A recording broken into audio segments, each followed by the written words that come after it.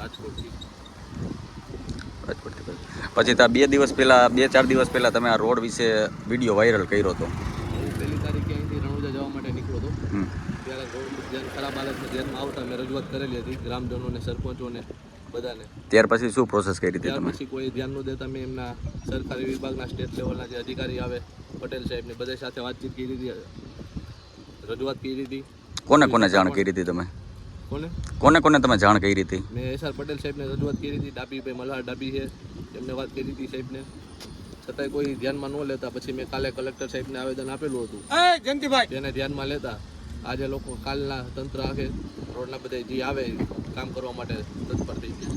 તો આજથી તમે આ કામ ચાલુ કર્યું રોડનું, આજે ગાબડા બોરવાનું કામ ચાલુ કરેલું છે, એમાં તમારું એના વિશે શું કહેવાનું તમારે? અત્યારે તો એમને આરએપીના અધિકારી કોઈને મોકલીને સાથે રહીને કામ પૂરું કરાવવા માગે છે. કામ પૂરું કરે છે અને કે જવાબદારીમાં કહે છે કે ભાઈ અમે બધી રીતે સરખી રીતે આમાં જે રીતે પ્રક્રિયા પ્રમાણે એની હોય પોલીસ કરે છે. અત્યારે કામ કઈ રીતના થઈ રહ્યું છે?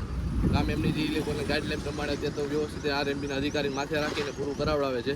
અમે કીધું છે ભાઈ આની જવાબદારી કોણ લેશે? એમના ડીઈની જવાબદારી આવે ડેપ્યુટી કે રજા ઉપર છે, જેનો અત્યારે ચાર્જ ન આવે એસો ભાર્ગવભાઈ કરીને કોઈ છે અત્યારે હાજર, એને મોકલી દીધા. બાકી ખરેખર એ લોકોના ડેપ્યુટીની માથે હાજરી હોવી જોઈએ, જવાબદારી હોવી જોઈએ, એમના બધું આવે છે. તો તંત્ર દ્વારા કોઈ આમાં કાંઈ પગલાં આગળ લેવા છે કે તમને શું લાગે? દ્વારા તો અત્યાર સુધી કોઈ ધ્યાન નથી દેતું, પણ છતાં અમે કલેક્ટર સાહેબનો આભાર માની છીએ.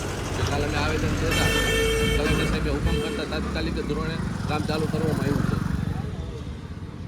ગ્રામજનોનું તમારું શું લોકોનું કહેવાનું છે? અત્યારે જે અમારે ખીરેસરા તીબડા રોડ જે થીગડા મારે એમાં કામ સંતોષજનક તમને દેખાતું નથી. પછી સીબડા હરિપર તરોડા રાવકી રોડ હાવ ખતમ થઈ ગયેલો છે અને એમાં કોઈ લોકોએ ધ્યાન આપેલું નથી. વારંવાર રજૂઆત અમારી કરેલી હોવા છતાં આજ લગીને એમાં કોઈ થીગડું નથી મારેલું કે નથી કાંઈ કરેલું. અગાઉ તમે કઈ રજૂઆત કરી હતી મામલતદારમાં, કલેક્ટરમાં? કઈ રજૂઆત કરેલી છે.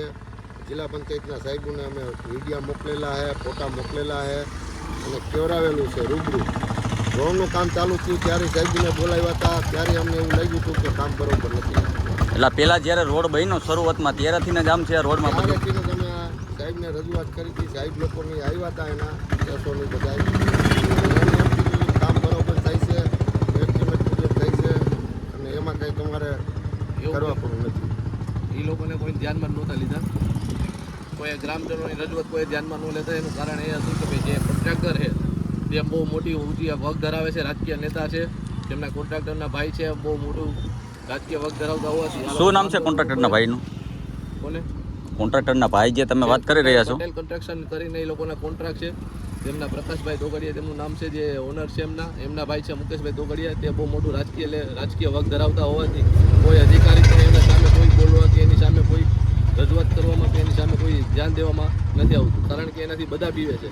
અમને માહિતી એવી મળી કે એની સામે જે ઊભા થાય જે મળે છે તેને દબાવી દે છે, સસ્પેન્ડ કરાવે છે, પાર્ટી લેવલ ભાજપના આગેવાનો ઘણી રજૂઆત કરે છે. મુકેશભાઈને એ પ્રતિનિધિ છે, એમના જે વાઇફ છે એ શિક્ષણ સમિતિના ચેરમેન છે.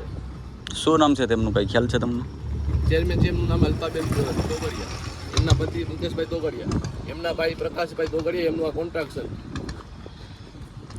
એ લોકો કોઈ પણ રીતે રાજકીય પ્રેશર કે કોઈ પણ ગુંડા તત્વો કોઈ પણ રીતે એ લોકો દબાવી દે છે.